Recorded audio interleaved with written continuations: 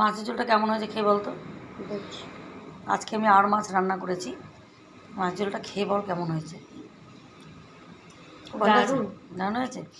তো আমি আজকে এই মাছের ঝোলটা কীভাবে রান্না করেছি সেই ভিডিওটা তোমরা দেখো, দেখে যদি ভালো লাগে আমার চ্যানেলটা সাবস্ক্রাইব। দেখো মাছগুলো আমি ভেজে নিয়েছি, মাছগুলো একটুকু ফোটেনি, যেহেতু আর মাছ তেলে দিলে নাকি ফোটে। এই যে এই মাছগুলো আমি সব আগে ম্যারিনেট করে রেখেছি, এইগুলো একটু ফোটেনি, আমার মাছটা ভাজা হয়ে গেছে। দেখো মাছগুলো আমার ভাজা হয়ে গেছে। এবার এই আলু ফুলকপিগুলো আমি তেলে ভেজে নেব। একটু সামান্য নুন আর হলুদ মাখিয়ে রেখেছি, এগুলো সব তেলে দিয়ে ভেজে নেবো আমি। সব কটাই ভেজে নেবো, ভেজে তুলে নেব। এই যে দেখো আমার মাছগুলো আলু ফুলকপি সবই ভাজা হয়ে গেছে।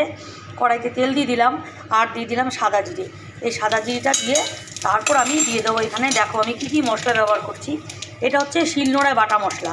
এখানে আছে আদা, জিরে, ধনে আর জিরে, হলুদ দিয়ে দিলাম।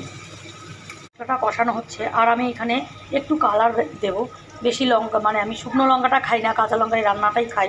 এখানে একটু এভারেস্ট কালার দিয়ে দেবো। একটু কালার দিয়ে দেবো, বেশি না, তোমরা দেখতে পাচ্ছ।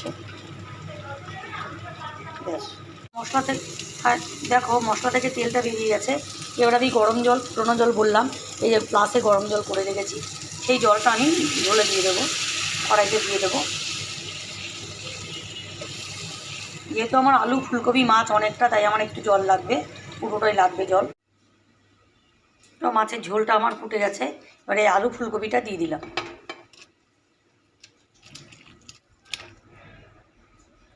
অনেক তেল হয়েছে মাছ ভাজতে, ফুলকপি ভাজতে। আলু ফুলকপিটা সেদ্ধ হয়ে যাবে, তারপর আমি মাছ। দেখো আলু ফুলকপিগুলো মোটামুটি সেদ্ধ হয়ে গেছে।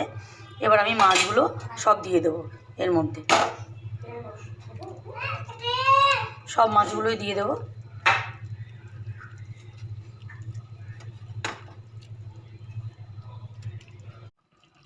দেখো মাছের ঝোলটা আমার প্রায় হয়ে গেছে।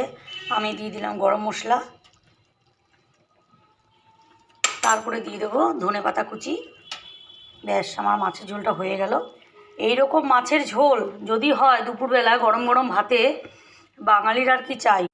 আমার মাছের ঝোলটা হয়ে গেছে। এবার দেখছো মাছের ঝোলটা আমি নামিয়ে নিয়ে নিলাম। ধরিয়ে সব গেল।